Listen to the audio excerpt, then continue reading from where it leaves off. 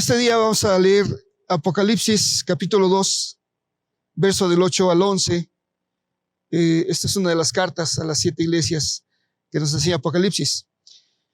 Dice la palabra de Dios: y escribe al ángel de la iglesia de Esmirna, el primero y el postrero, el que estuvo muerto y vivió, dice esto: yo conozco tus obras y tu tribulación y tu pobreza, pero tú eres rico. Y conozco la blasfemia de los que se dicen ser judíos y no lo son, sino sinagoga de Satanás. Qué duro está esto, qué tremendo. Verso 10: no temas en nada lo que vas a padecer. Mire qué advertencia tan fuerte de parte de nuestro Señor. No temas en nada lo que vas a padecer. He aquí, el diablo echará a algunos de vosotros en la cárcel para que seáis probados y tendréis tribulación por 10 días. Sé fiel hasta la muerte. También, perdón, esto es también una palabra muy impactante. Algunos serán echados en la cárcel y dice Dios: no temas lo que vas a padecer. Sé fiel hasta la muerte y yo te daré la corona de la vida. Porque todo en Dios tiene un propósito. El que tiene oído, oiga lo que el Espíritu dice a las iglesias. El que venciere no sufrirá daño de la segunda muerte. Gloria a Dios. Le pido por favor, ahí en casita, levante su mano y acompáñeme a hacer una palabra de oración. Padre, en el nombre de Jesús te damos tantas y tantas gracias, Señor, por este día, del cual tú has dispuesto, Señor, que sigamos reuniéndonos, Padre eterno, por estos medios electrónicos, Señor amado, lo que se llama una reunión de manera virtual. Gracias porque tú has abierto estos espacios, Señor amado, para seguir recibiendo, Señor, en nuestra casa espiritual la palabra, Señor amado, la edificación que tú nos envías por tu palabra, Señor, por medio de la alabanza también, Padre eterno, y en cada actividad que se realiza para tu gloria en esta casa espiritual. Gracias te damos, Señor, por este privilegio. Gracias por la sangre de nuestro amado Jesucristo, con lo cual nos cubrimos en esta hora a toda la iglesia de Cristo, Señor, en esta casa espiritual y en toda la tierra. Míranos cubiertos con esa sangre preciosa. Y así mismo, Padre, te damos gracias también porque no nos has dejado de sustentar, Padre eterno. Te damos gracias, Señor, que nos permites también presentar delante tuyo diezmos, ofrendas, aportaciones, semillas, Padre eterno, que tomamos de lo mucho, mucho que tú nos das. Gracias por nuestras fuentes de provisión que has dispuesto, Padre amado. Y en el nombre de Jesús nos ponemos en tus manos preciosas en esta hora, rogando a tu Espíritu Santo que use tu vaso que has dispuesto, Señor, para traer el mensaje de la palabra en este día. Que sea tu Espíritu Santo, Señor, el que hable, que haga rema esta palabra en el corazón. Y así mismo, Señor, que cumpla el propósito para lo cual tú la has dispuesto, Padre eterno. Y en esta hora, tomando autoridad, declaramos anulada y cancelada todo espíritu, toda operación de todo espíritu inmundo que se oponga al fluir de tu buena palabra. Toda distracción, todo cansancio, sean cancelados en esta hora, en el nombre del Señor. Y en esta hora sea glorificado el nombre de nuestro Dios. Gracias te damos, Padre, en el nombre de Jesús. Amén y amén. Gloria a Dios. Estoy seguro que ahí en casita usted le está dando una ofrenda de palmas a nuestro Padre eterno, porque merece toda gloria, toda honra, toda alabanza y exaltación. Amén. Bien, amada iglesia, fíjese que es muy tremendo esta palabra que estamos leyendo. Para planteársela, para exponerla este día, voy a volver a leerla, pero ahora va a ser por partes. Y vamos a ir viendo en cada parte a qué se refiere esta palabra, porque es muy fuerte. No sé si esté de acuerdo conmigo. Como dice nuestro amado Jesús, no tengas miedo de lo que te va a pasar. El diablo echará a algunos de ustedes en la cárcel, pero sé fiel hasta la muerte. Oiga, imagínense qué clase de cárcel va a ser o será en la cual estemos expuestos a caer, en la cual Dios dice, sé fiel hasta la muerte. O sea, es algo bastante fuerte, según se mira cuando uno lo lee. Vamos a empezar por ver qué significa la palabra Esmirna. Mire, hay varias palabras, no quiero detenerme mucho con los significados en el griego, en el hebreo, porque sería un poquito largo. Es que le voy a dar concretamente lo que significan las palabras que vamos a mirar. Esmirna se deriva o viene de la palabra griega esmornaios. Y esta palabra concretamente, entre otras cosas, quiere decir mirra, que es un aceite perfumado. Pero también viene del hebreo la palabra 4753, que se escribe M-O-R o mirra. Y esta quiere decir líquido destilado en gotas, que también es amarga o amargura. Mire qué tremendo esta iglesia de Esmirna, ¿verdad? ¿Qué representa este nombre, amargura? Recordemos que uno de los ángulos por los que podemos mirar las 7 cartas de las 7 iglesias en Apocalipsis es que son 7 cartas escritas a la iglesia de Cristo, en las cuales podríamos mirar una etapa diferente por la cual puede estar pasando o puede pasar la iglesia de Cristo. Y en este caso la iglesia de Esmirna está hablando de la mirra. Recordemos que cuando nuestro amado Jesucristo, ¿verdad? Era pequeñito todavía, cuando nos decía la palabra de Dios que vinieron los sabios de Oriente, que vinieron a buscarlo, lo encontraron, que se postraban para adorarlo, trajeron 3 cosas como regalos para nuestro amado Jesucristo. El oro, que sabemos que como figura, el oro es la santidad. El incienso, que también como figura es la alabanza, la adoración.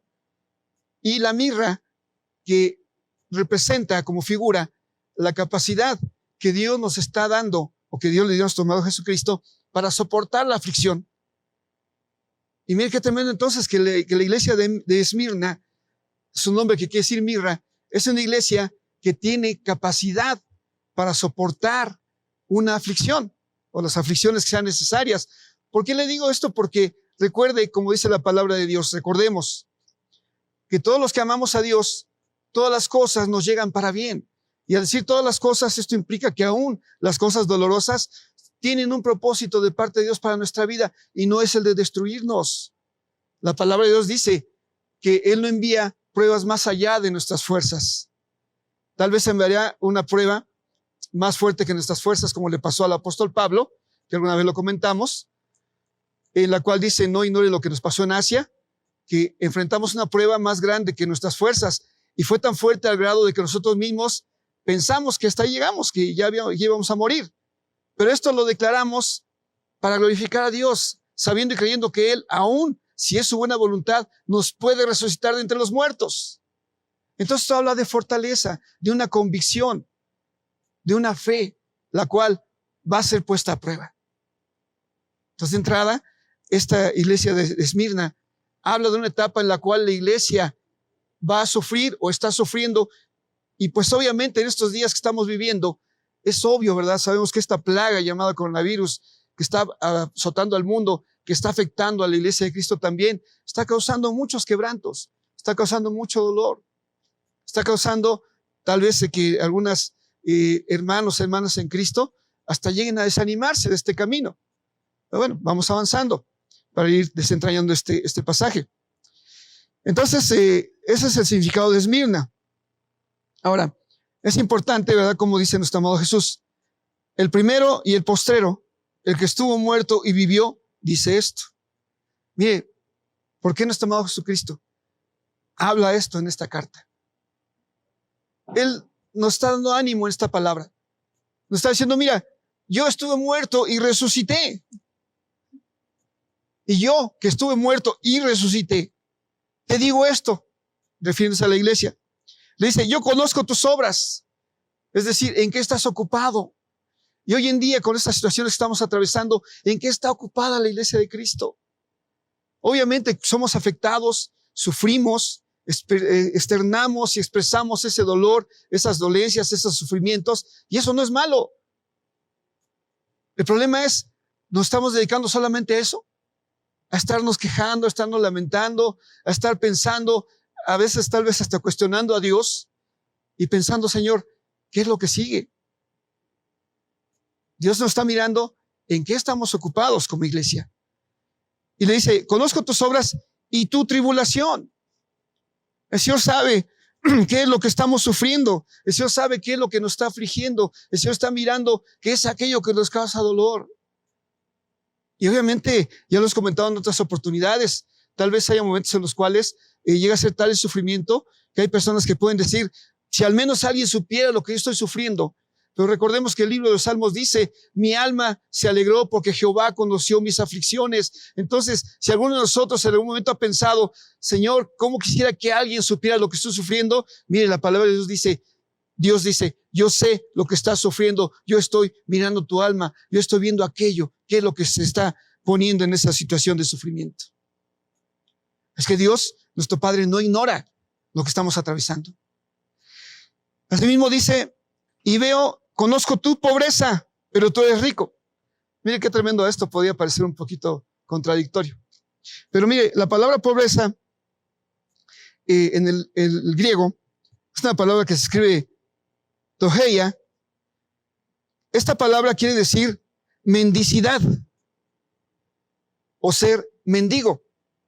Y mire, es una palabra fuerte, obviamente, pero la mendicidad representa una persona que puede decir, estoy en mendicidad, está diciendo, estoy en una grande, grande necesidad.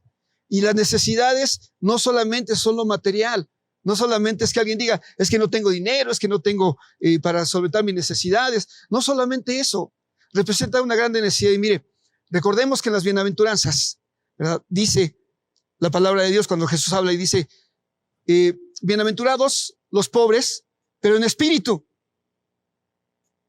¿Por qué él recalca que es en espíritu? Porque esa palabra de pobre también es la misma que estamos viendo.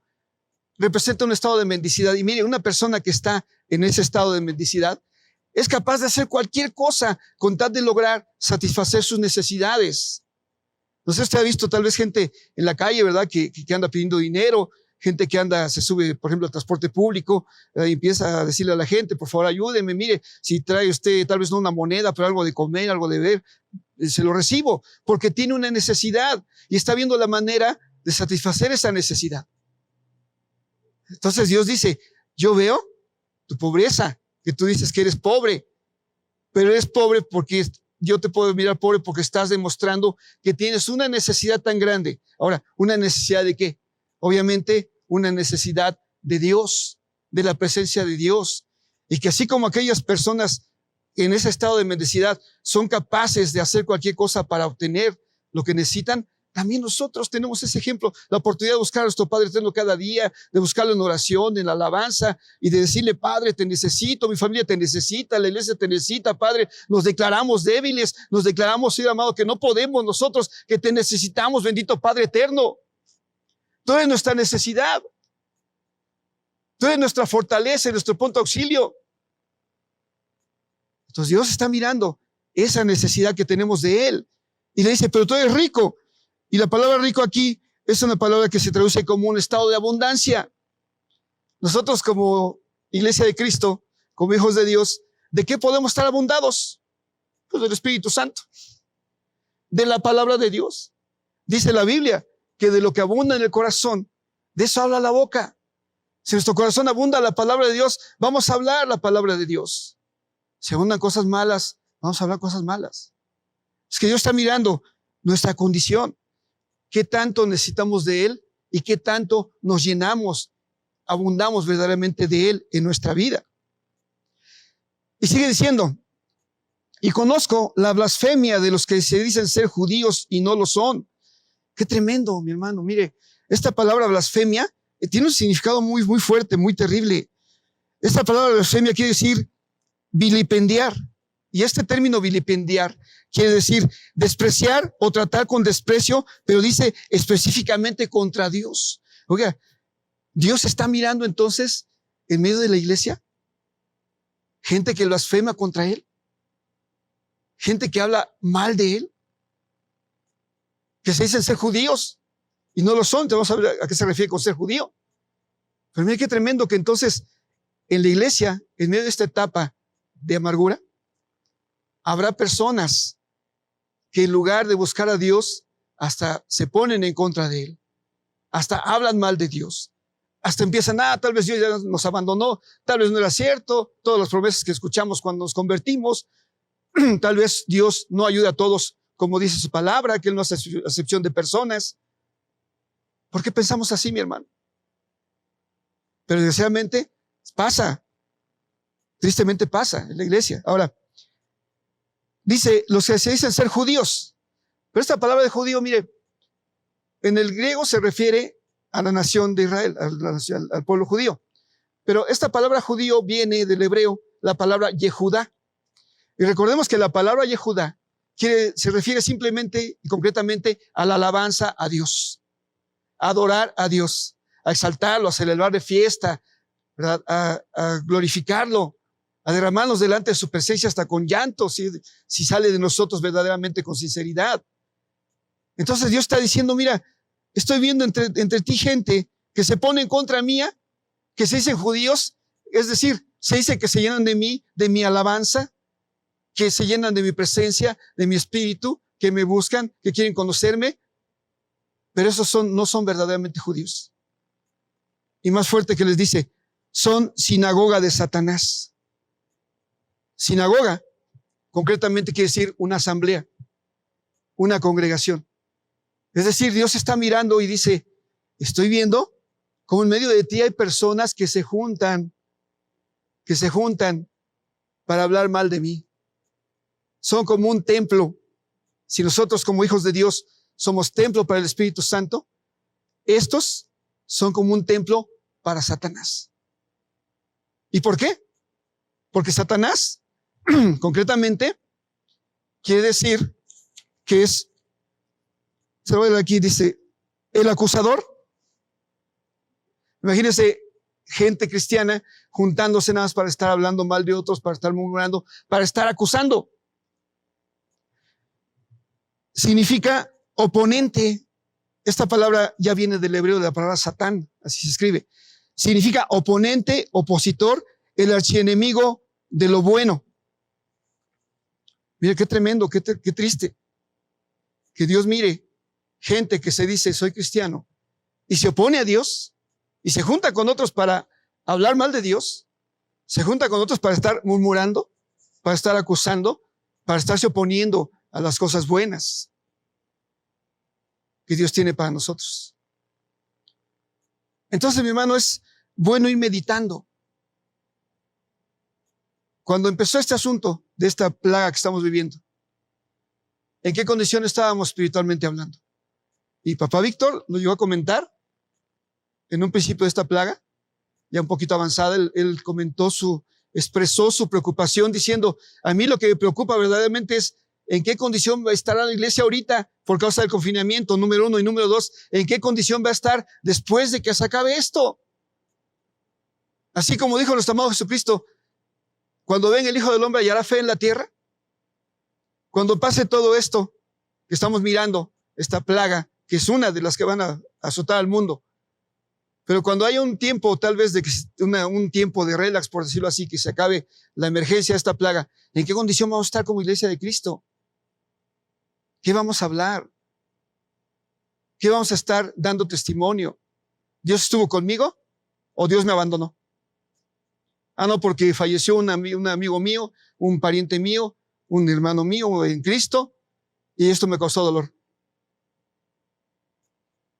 Es cuestión de irlo meditando. Vamos avanzando porque todavía un poquito más cerca de esto.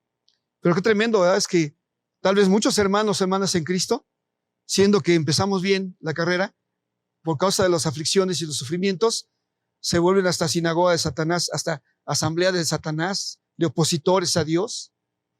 Qué terrible. Dice el verso 10, no temas en nada lo que vas a padecer. Mire, es duro. Esto que estamos pasando es algo muy duro.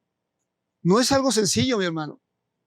Pero Dios nos está advirtiendo aquí a la iglesia, nos está diciendo, mira, no temas, no tengas miedo, no te alarmes, no te asustes, no te espantes de lo que vas a padecer, de lo que vas a sufrir, porque padecer es una palabra que quiere decir experimentar una sensación generalmente dolorosa. Entonces Dios nos está advirtiendo, entonces vas a pasar por etapas de sufrimiento. Y no olvidemos que nuestro amado Jesucristo dijo, el mundo te va a dar aflicciones, pero confía, yo he vencido al mundo. ¿Cuántos creemos esa palabra? ¿Cuántos hemos demostrado nuestra confianza en el Señor de decir, sí, ciertamente estoy sufriendo, pero yo sé que tú tienes el control de todas las cosas, pero yo sé que tú estás conmigo, pero yo sé que tú no me has abandonado, pero yo sé que todo esto que estoy viviendo va a llegar el día en el cual no me acuerde más de estos sufrimientos. Es cuestión, ¿verdad?, de que nosotros vayamos meditando cada quien en nuestra vida. ¿Y por qué le advierte a la iglesia esto? Sigue diciendo este verso 10. He aquí, el diablo, que Dios le reprenda, todas que hay que mencionarlo, echará a algunos de vosotros en la cárcel. Obviamente el diablo, ¿verdad?, aquí le voy a leer su significado como diablo. En el hebreo, en el griego quiere decir diabolos, es la palabra diabolos que quiere decir calumniador. Y en el hebreo es la palabra diabalo, que quiere decir calumniar o acusar. Entonces, mi hermano, esta situación que estamos viviendo es algo que la maldad y que el diablo han provocado. Y tal vez por ahí alguien me diga, bueno, ¿y por qué? Mencionaba nuestro hermano Manuel en la predicación del domingo. Él decía, cómo habrá personas que cuestionan a Dios y que dicen, ¿por qué si Dios es bueno, por qué permite que pasen tantas cosas malas? Dios tiene un propósito en todo lo que acontece en la vida de la humanidad. Tiene un propósito en la iglesia, tiene un propósito en su pueblo de Israel. Y obviamente, ya lo comentamos alguna vez, el propósito de Él no es destruirnos, porque si Él hubiera querido, simplemente no estaríamos en esta tierra. Hubiéramos sido condenados desde mucho antes. Y no estamos en esta tierra para ser condenados, porque aún nuestro amado Jesucristo dijo, el Hijo de Dios no vino a condenar al mundo, sino para que el mundo sea salvo por medio de Él, para que todo aquel que crea no sea condenado, sino que sea salvo. Entonces, debemos creer que Dios tiene un propósito en todo, en permitir que aún las cosas que la maldad y que nuestro adversario el diablo están provocando, que todo eso que nos afecta también tiene un propósito de parte de Dios. Es que no tengamos temor. Y dice que echará a algunos en la cárcel. Y mire, la palabra cárcel, aquí es una palabra en griego que se escribe fulaké, y que quiere decir la condición de cárcel, entre otros significados. Y la palabra fulazo, que quiere decir mediante la idea de aislamiento o vigilar. Ok, mi hermano, mire.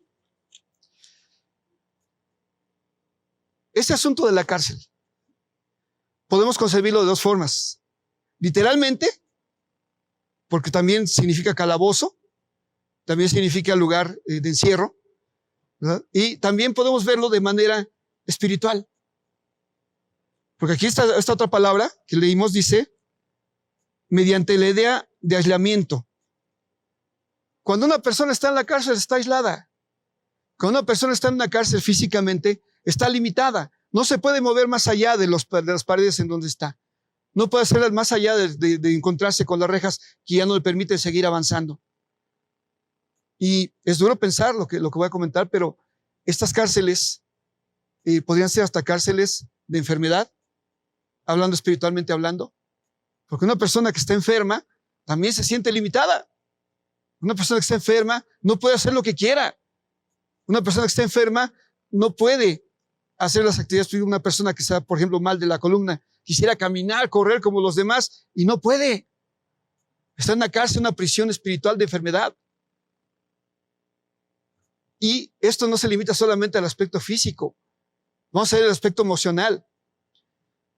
Si hoy en día estamos mirando cómo en la iglesia de Cristo estamos sufriendo, porque sentimos la vida de nuestros hermanos y hermanas en Cristo que están padeciendo por esta plaga, y no solamente por esta plaga, por cualquier tipo de enfermedad que los tiene limitados, que los está haciendo sufrir. Y nosotros miramos la condición de ellos. También sufrimos. Y mire, por favor, escuchen lo que le voy a comentar. ¿Cuántos y cuántos familiares de hermanos, hermanas en Cristo que están enfermos también caen en prisiones de tristeza? También caen en prisiones de soledad. También caen en prisiones de desánimo. Porque muchas veces dicen, Dios mío, ¿por qué? Si el esposo, el papá, el hijo, el cónyuge, nos congregamos, te servimos, diezmamos, ofrendamos, hemos sido fieles contigo y ahora nos miramos que está sufriendo por causa de una enfermedad, está en una prisión de enfermedad. Dios mío, ¿qué está pasando? Y empezamos a cuestionarlo. Estamos cayendo nosotros en una prisión de incredulidad, una prisión de duda, una prisión de estar cuestionando a Dios.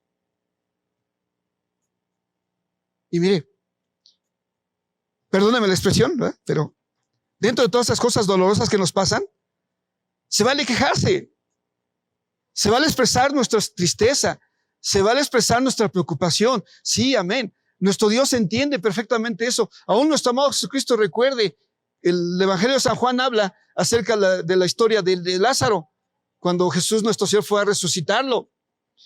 Recordemos, ¿verdad? Cuando llegó Jesús a la casa de Lázaro, cómo salió a recibirlo Marta. Ya lo que le dijo Marta a Jesús fue simplemente, Señor, si hubiera estado aquí, mi hermano no se hubiera muerto. ¿Cuántos en medio de estas aflicciones podríamos estar cuestionando a Dios y decirle, Señor, si tú hubieras estado con nosotros, esta persona que quiero, esta persona que amo, no se hubiera muerto. Qué fuerte, ¿verdad? Es pensar esto. Y dice la Biblia que nuestro amado Jesucristo, cuando fue a la tumba de Lázaro, dice que lloró. ¿Pero por qué lloró nuestro amado Jesús? Dice la Biblia que lloró porque él miró que María estaba llorando y que los judíos que iban con ella estaban llorando y que él se sintió impactado, que él se sintió ese golpe de tristeza que ellos estaban transmitiendo en este momento. Y dice que Jesús, que en la Biblia que Jesús también lloró.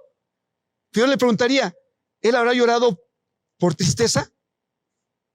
Yo considero que no por una razón, porque Jesús fue a resucitar a Lázaro. O sea, ¿por qué nuestro amado Jesús iba a estar triste por Lázaro si ella sabía que en ese momento él iba a ir a resucitarlo?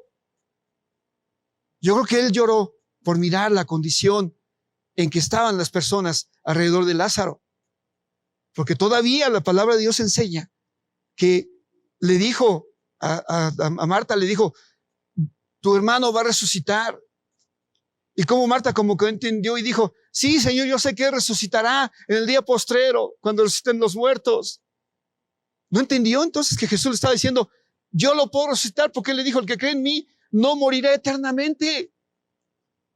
Y mire, Dios puede mirarnos sufrir y él puede sentir dolor en su corazón porque cerró los ojos un pariente nuestro, cerró los ojos un amigo nuestro, cerró los ojos una persona que amamos, y él mira nuestra tristeza y nuestra aflicción y él puede sentir esa tristeza, pero ¿sabe por qué? Porque él seguramente ha de mirarnos y decir, ¿no saben que yo puedo aún resucitarlo si es mi voluntad? Entonces, es importante meditar si es bueno expresar nuestro sentimiento, porque no podemos evitarlo. Pero también es bueno, después de sufrir, después de desahogarnos, meditar entonces en la grandeza de nuestro Padre eterno. Nuestro hermano Emanuel hace 3 domingos, ¿verdad?, que nos hablaba y él nos decía, ¿por qué no nos acordamos de las grandezas de Dios? ¿Por qué no nos acordamos de sus maravillas?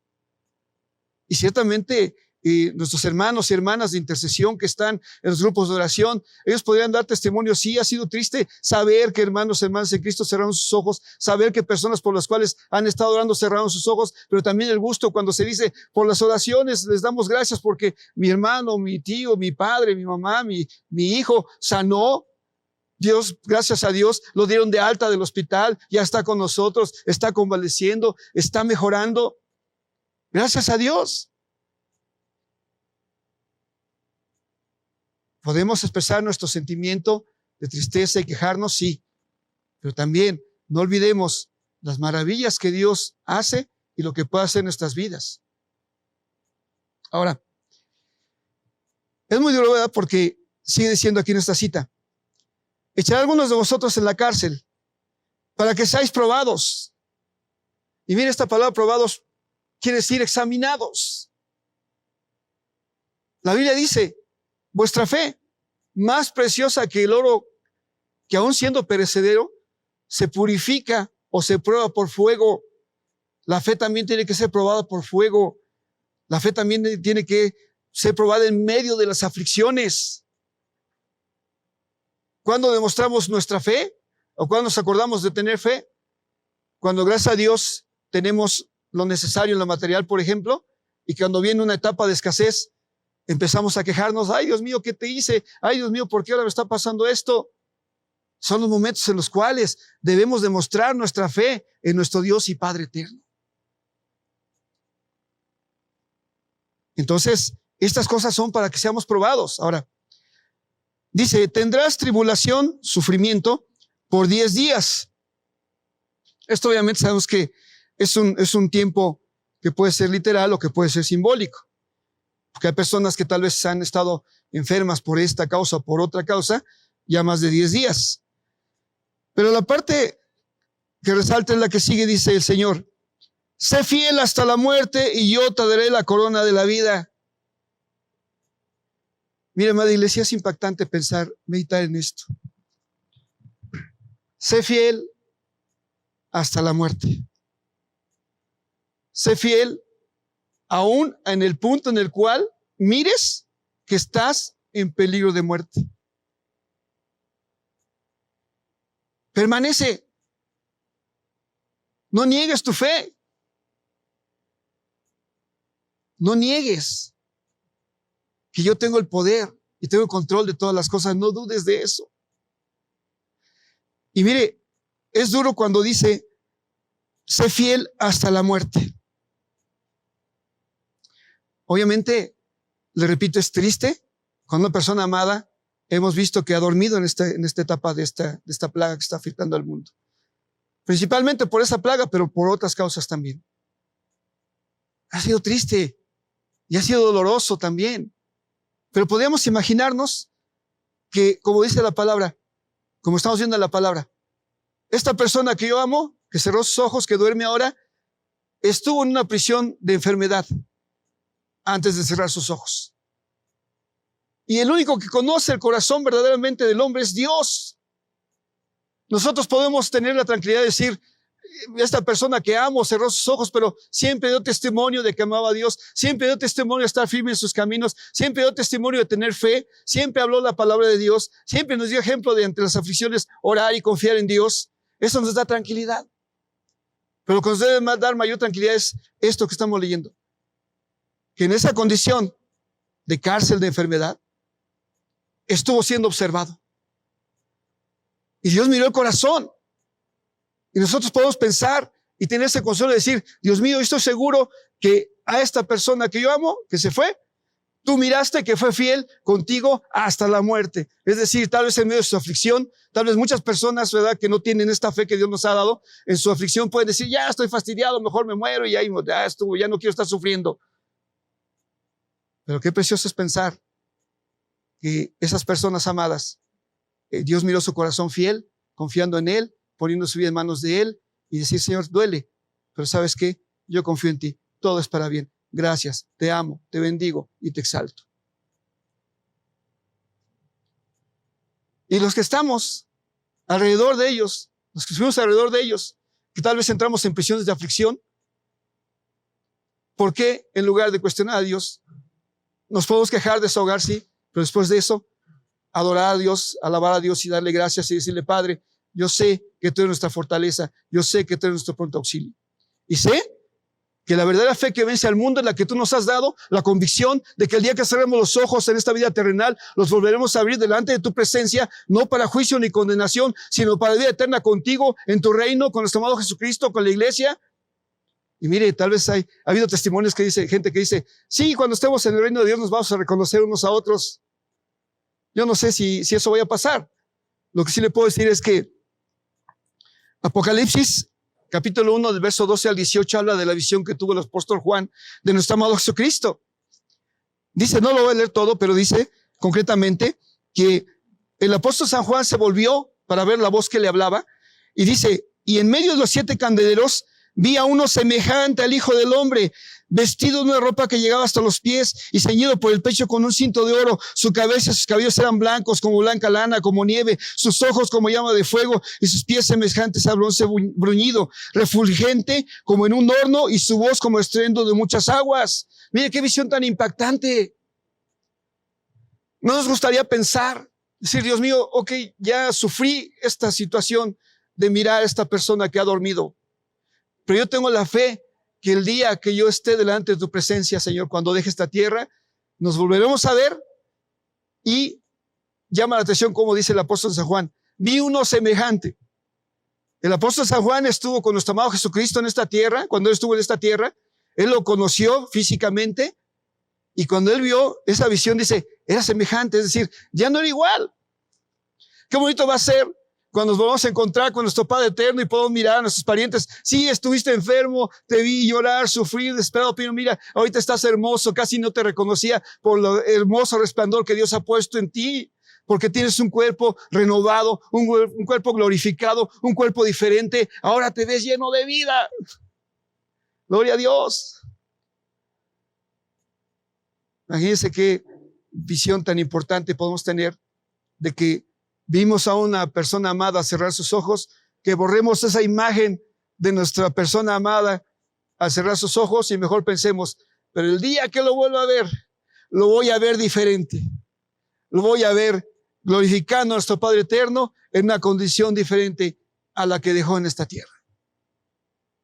Tiene esa visión, mis hermanos. Y dice la palabra de Dios, sé fiel hasta la muerte. Permanece. No importa que veas en peligro tu vida física ya. Tú permaneces en la fe que yo te he dado y te voy a dar la corona de la vida. Y la corona de la vida, ¿verdad? Sabemos la corona, esas guirnaldas, ¿verdad? Que luego vemos en las películas por las que competían los atletas. Al traer la apuesta decían, ese que vaya es un vencedor. O príncipes con sus coronas, ¿verdad? Que no son tan grandes como las de un rey. Coronas que decían, ese que vaya es un príncipe. Es algo que distingue. Y Dios lo que está diciendo, mira, tú permaneces fiel hasta la muerte y yo te daré un distintivo para que los demás que te miran digan, este es un vencedor. Los que ya cerraron sus ojos, ya están esperando, ¿verdad? Aquel tiempo glorioso de resurrección para la vida eterna, ¿verdad? Ellos ya están en esa condición, los que estamos en esta tierra, qué bonito será que la gente nos mire y diga, yo vi su pérdida, yo vi cómo lloró, cómo sufrió, pero ahora lo veo tan tranquilo, lo veo que no está deprimido, lo veo que no se ha abandonado, que no ha caído en desesperación, que al contrario habla y da ánimo, habla y da consuelo, habla y da fortaleza a los demás. Mira, ese es un vencedor. Porque es un distintivo que nuestro Padre eterno nos da si nosotros permanecemos fieles, aún hasta el punto de la muerte. Y mire, quiero terminar con esto. Dice el verso 11, el que tiene oído, oiga lo que el Espíritu dice a las iglesias. El que venciere no sufrirá daño de la muerte segunda. Si nosotros somos capaces de permanecer en el camino de Dios, a pesar de las aflicciones, a pesar de las adversidades, a pesar de que estemos llegando al peligro hasta de muerte, tenemos entonces la certeza, junto con la fe que Dios nos ha dado, de que nosotros vamos a vivir eternamente con nuestro Padre eterno. Porque aquí dice, no sufrirá daño de la muerte segunda, no va a ser afectado por la muerte segunda. Y sabe, vamos a recordar rápidamente qué es la muerte segunda. Apocalipsis 20, del 12 al 15 dice, y vi los muertos, grandes y pequeños, que estaban delante de Dios, y los libros fueron abiertos, y otro libro fue abierto, el cual es el de la vida. Y fueron juzgados los muertos por las cosas que estaban escritas en los libros según sus obras. Y el mar dio los muertos que estaban en él. Y la muerte y el infierno dieron los muertos que estaban en ellos. Y fue hecho juicio de cada uno según sus obras. Verso 14. Y el infierno y la muerte fueron lanzados en el lago de fuego. Esta es la muerte segunda. Y el que no fue hallado escrito en el libro de la vida fue lanzado en el lago de fuego. Amada Iglesia de Cristo, estamos atravesando una etapa de aflicción, de sufrimiento, de amargura. Pero como acabamos de ver, la palabra esmirna quiere decir mirra. Y es la capacidad, la fortaleza que Dios nos ha dado para soportar las cosas que estamos viviendo y que nos están causando aflicción. Y sobre todo no olvidemos, como acabamos de ver, Dios nos está mirando. Él no ignora lo que nos está pasando. Así es que toma ánimo, Iglesia de Cristo. Confía en Él y ten esta visión. No importa aún que esté en peligro la vida física. Si yo permanezco fiel, entonces tengo la certeza de que yo no veré la muerte segunda. Amén. Vamos a orar, amada Iglesia de Cristo. Vamos a aprovechar estos últimos minutos. Te pido ahí en casita, levanta tu mano con reverencia, hermanas, usen su velo para que se respete el orden que establece la palabra de Dios.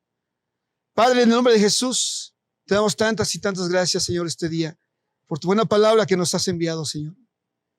Que ciertamente, Padre, es una palabra que puede ser dura en este momento por la etapa que estamos atravesando, pero que es necesario, Señor, por las promesas que tú nos estás hablando, Señor, en esta palabra.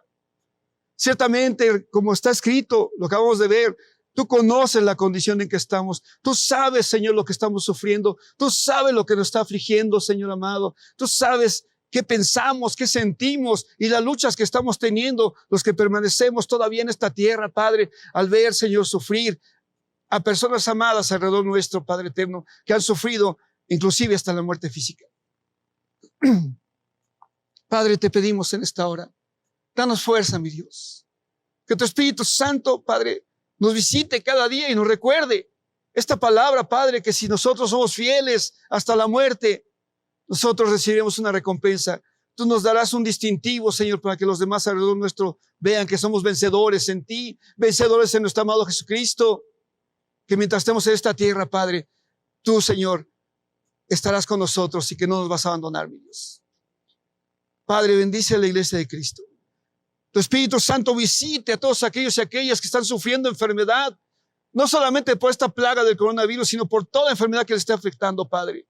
Que este día tu Espíritu Santo glorifique tu santo nombre, Padre, porque como está escrito, tú eres el Dios de Abraham, de Isaac y de Jacob, Dios de vivos y no Dios de muertos.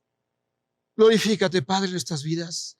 Y este día, mi Dios, sea glorificado tu santo nombre, porque tú eres el Alfa y el Omega, el principio y el fin. Antes de ti, después de ti, no hay nada ni nadie, porque fuera de ti no es Dios. Tú eres la vida y el dador de la vida. Gracias te damos, Padre, por nuestra casa espiritual. Gracias por la iglesia de Cristo en toda la tierra. Gracias por nuestros padres espirituales en este ministerio y en la iglesia de Cristo en toda la tierra, Padre eterno. Te damos gracias y te bendecimos, Dios amado, por siempre. Y a ti, Dios Padre, Dios Hijo, Dios Espíritu Santo, declaramos gloria, honra y alabanza por los siglos de los siglos. Amén y amén. Dios te sigue bendiciendo, iglesia.